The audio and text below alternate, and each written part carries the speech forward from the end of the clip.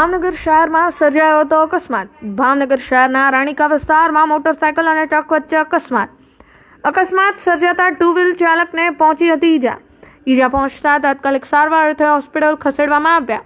ત્યાં હાજર તબીબે મૃત જાહેર કર્યા। સમગ્ર ઘટના સીસીટીવીમાં કેદ થઈ। પોલીસે અકસ્માત ગુનો નોંધી આગળની તપાસ હાથ ધરવામાં આવી।